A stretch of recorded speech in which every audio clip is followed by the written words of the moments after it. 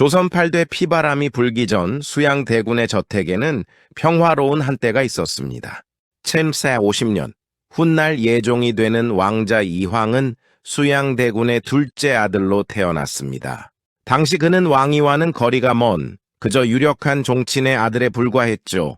위로는 문무를 겸비한 완벽한 형 의경세자가 있었고 이황은 그저 형의 그늘 아래서 조용히 책을 읽으며 자신의 약한 몸을 돌보는 것이 일상이었습니다. 강력한 아버지와 눈부신 형 사이에서 소녀는 그저 평범하고 고요한 삶이 계속될 것이라 믿었습니다. 그러나 운명은 소년을 평화 속에 내버려 두지 않았습니다. 아버지가 일으킨 계유정난으로 세상은 피로 물들었고 소년이 들이마신 공기는 권력의 잔혹함으로 가득 찼습니다. 아버지가 왕위에 오른 지 얼마 되지 않아 가문을 든든히 지탱하던 형, 의경세자가 19의 나이로 요절하고 맙니다. 8살의 어린 이황은 슬퍼할 겨를도 없이 원치 않던 왕세자의 자리에 앉게 되었습니다. 형의 죽음으로 얻게 된 자리, 그리고 아버지의 피 비린내, 나는 왕국을 이어받아야 한다는 거대한 무게감. 소년의 마음속엔 무사히 살아남아 아버지의 기대를 충족시켜야 한다는 처절한 생존의 욕망이 싹트기 시작했습니다. 세종의 손자이자 세조의 아들로서 이황은 혹독한 제왕학 수업에 던져졌습니다. 아버지는 병약한 아들을 자신만큼 강한 군주로 만들기 위해 단 하루도 쉬지 않고 교육을 몰아붙였습니다. 17살이 된 세자 이황은 건강이 악화된 아버지를 대신해 대리청정을 시작하며 본격적인 정치의 바다로 항해를 시작합니다. 옥좌 뒤에서 지켜보는 아버지의 서슬퍼런 감시, 그리고 호시탐탐 기회를 노리는 노련한 공신들 사이에서 소녀는 홀로 서는 법을 배워야 했습니다. 그것은 축복이 아닌 목숨을 건 고독한 훈련이었습니다.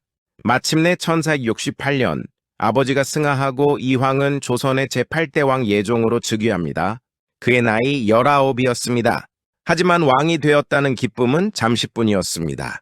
옥좌 뒤에는 어머니 정의왕후가 수렴청정이라는 이름으로 앉아 있었고 앞에는 나라를 함께 세웠던 한명회와 신숙주 같은 거대 공신들이 버티고 있었습니다.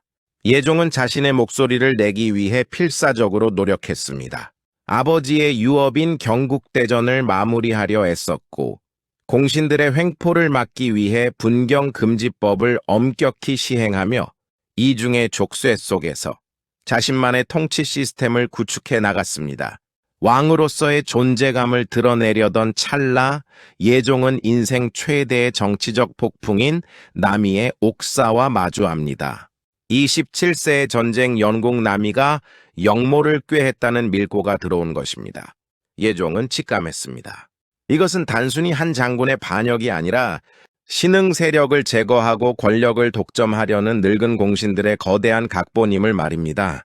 하지만 19의 왕에게는 선택지가 없었습니다. 공신들의 압박에 밀려 자신이 아끼던 젊은 장군에게 사형을 선고하며 예종은 권력의 실체가 자신이 아닌 저 노련한 신하들의 손에 있음을 뼈저리게 깨닫습니다. 정치적 트라우마와 과도한 업무는 예종의 약한 몸을 사정없이 갉아먹었습니다. 그는 자신의 죽음이 멀지 않았음을 예감했습니다. 예종에게는 이제 갓 3살이 된 아들 제한대군이 있었습니다. 만약 자신이 지금 죽는다면 아들은 어린 단종이 겪었던 비극을 그대로 되풀이할 것이 뻔했습니다. 예종은 아들을 지키기 위해 그리고 왕실의 안녕을 위해 필사적으로 병마와 싸우며 버텼습니다. 하지만 그의 육체는 끝내 의지를 배신했습니다.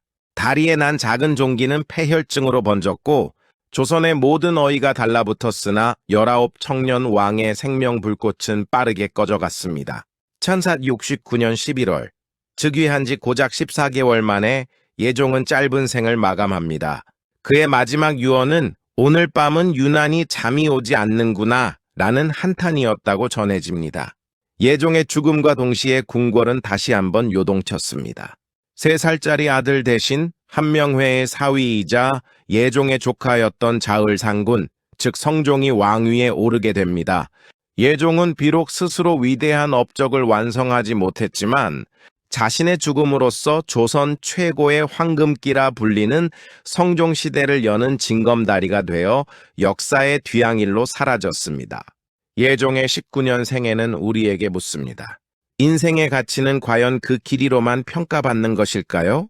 예종은 아버지 세조가 남긴 피의 유산과 공신들의 횡포라는 모든 모순을 자신의 짧은 재위 기간에 온몸으로 받아냈습니다. 그가 그 비극의 폭풍우를 홀로 감내했기에 조선은 다시는 단종시대의 혼란으로 돌아가지 않고 안정된 문치시대로 나아갈 수 있었습니다. 스스로 태양이 되지는 못했지만 다음 시대의 찬란한 아침을 열기 위해 가장 뜨겁게 타오르다 사라진 슬픈 불꽃. 예종 이황은 조선 역사상 가장 짧았지만 가장 필수적이었던 헌신적인 군주로 영원히 기억될 것입니다. 오늘 들려드린 비운의 군주 예종의 사연이 여러분의 마음에 울림을 주었나요? 짧은 생을 살다 갔지만 조선의 미래를 위해 모든 짐을 짊어졌던 그의 고독한 분투가 공감되셨다면 소중한 사람에게 이 이야기를 공유하거나 댓글로 여러분의 생각을 남겨주세요.